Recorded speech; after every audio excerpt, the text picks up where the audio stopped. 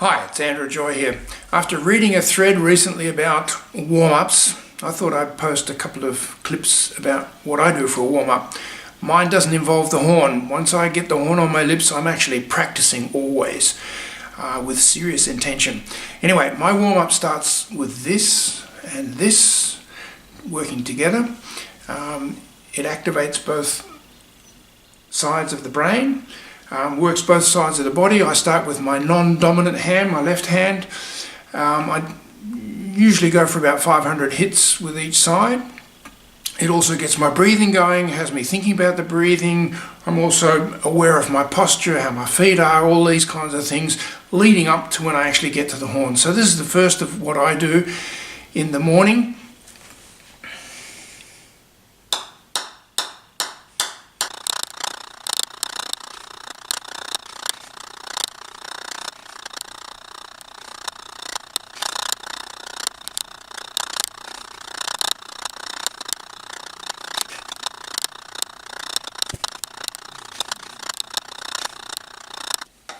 So that's about 500 with the left hand. Gets quite heavy towards the end. The last 100 I'm really having to concentrate. Sometimes my muscles lose it and I drop the ball. Yeah, so switching over to my dominant hand now.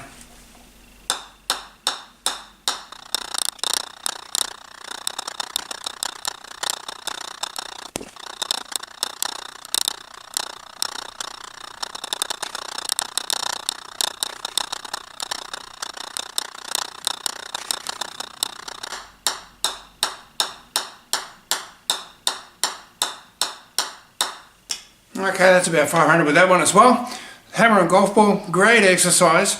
It's also great for reminding myself that I need to keep my attention on what I'm doing, because as soon as my thoughts start to wander, I drop the ball. Same with playing the horn. As soon as my thoughts start to wander off what I'm doing, I end up splitting a note. So really good exercise to start the day off with for a warm-up. Cheers. Hi there, Andrew Joy again. After I finished my hammer warm-up and got my brain going and the body awake and breathing up a little bit and that, the next thing I do are 3 breathing exercises. The first one is one that I learned from a tenor in Australia almost 50 years ago, and it's got 3 parts to it. It's got a rhythm that goes bum, like that. What's happening is on the first one and the second one, I'm pushing air out of my body, and on the third one, the air's coming in. So when I was first shown this by this tenor in Australia, it was on a train in Tasmania going from Hobart to Launceston. It took me about 2 days to work it out. In the meantime, I've shown this to probably hundreds of people. And once I explained it to Abby Conant on the telephone, and she got it inside about a second. It was pretty amazing. Anyway, this is how this exercise goes. The first part is just pushing air out of the body. So I take a breath and then and stop it with the tongue. And if you watch, you'll see that my stomach bounces. It bounces back out again, which gets it ready for the second push. So,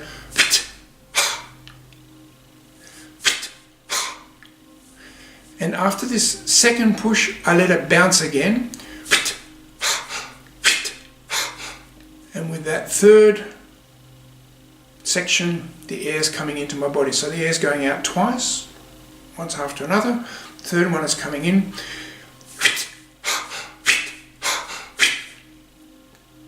So what this guy explained to me was having this exercise gave him the control as a tenor to build things like laughing into his singing. So instead of going ha ha ha, he could bounce the sound, make it sound like laughing. I'll never forget that Rigoletto, the aria in Rigoletto was where he, the one he used for demonstrating. Anyway, when you practice this, start off slowly.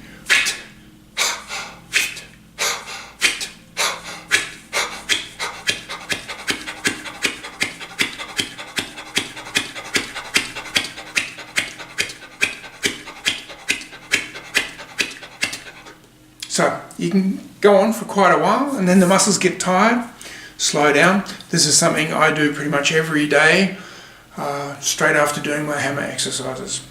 More to come. See you then. Bye-bye. Hi there. Andrew Joy here again. Next day. So I've done my hammer and ball exercises this morning. I went for 600 today after some of the comments I'd seen on Facebook. I always keep in mind a quote I read from Muhammad Ali where he said the greatest benefit kicks in after the pain's kicked in. So yeah, I went for 600 today. Afterwards I did my exercise from the tenor, the number, for as long as I could. The next thing I do is I move into my studio box, and the golf ball's not playing ball, so it's going on the floor. And the next exercise is this thing here, the power lung. There are other similar machines, or whatever you want to call them, available on the market, but this is just the one I discovered at a horn symposium, international horn symposium in South Africa. It's got two valves for independently increasing the resistance for the in and exhale, and I do 30 breaths on this thing before I do the next one. So here we go, the 30 breaths.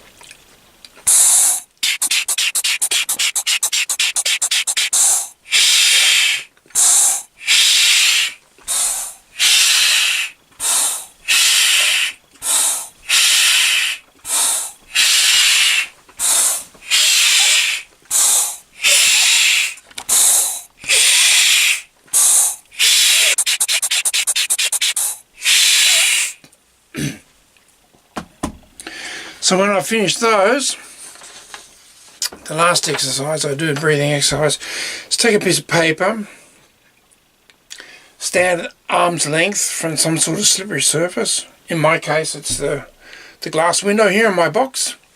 Hold the paper at arm's length and then blow it with sufficient pressure, generate sufficient pressure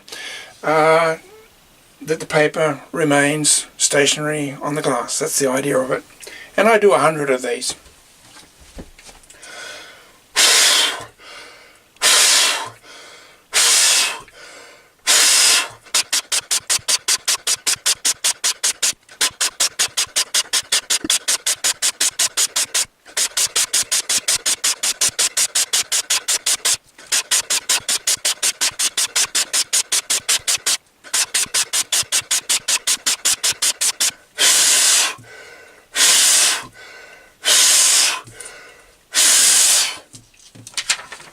So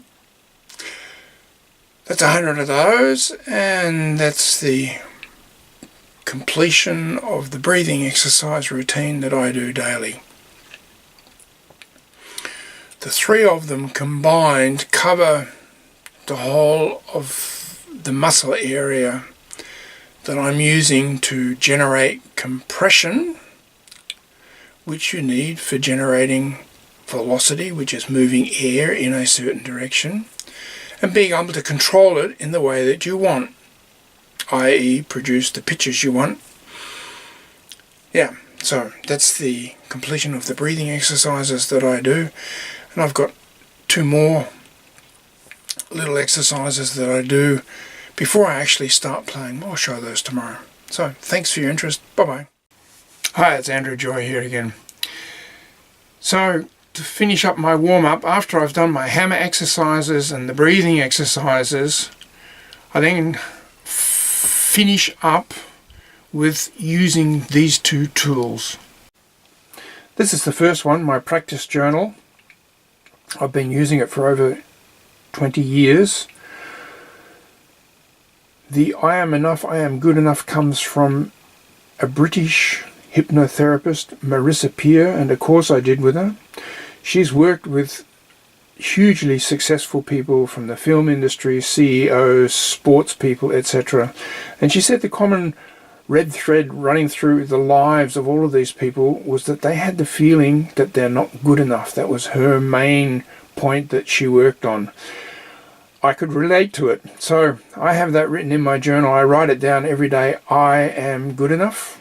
I've got it written into all of my practice books, my material that I work from on the walls of my practice room here. Really important message just to hammer in every day. I am good enough.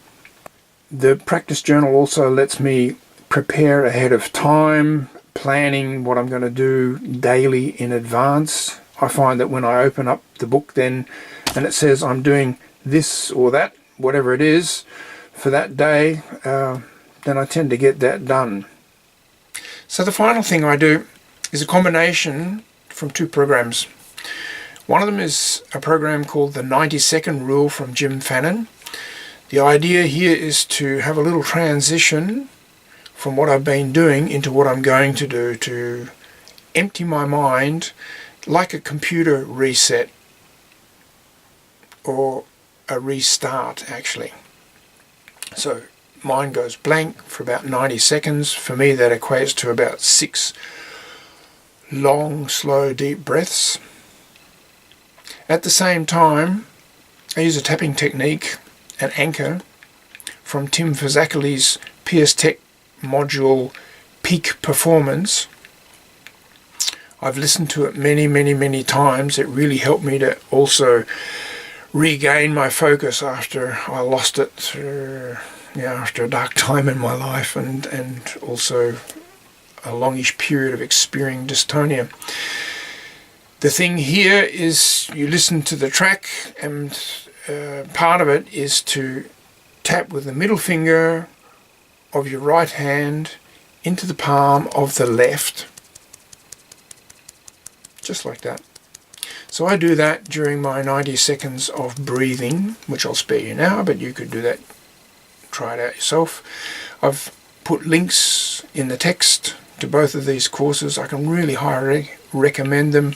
I have no financial association with either of these gentlemen. I just really profited from their work. It's been fantastic for me in my life, and I apply it, of course, not only to the horn playing but to life in general. So that's it. That's my warm-up. After completing the tapping, I get my free neck harness and put it on, and then also get my ergo stick and click it into the horn and into my belt, and off I go. I practice. That's it. Thanks for your interest. Cheers. Bye-bye.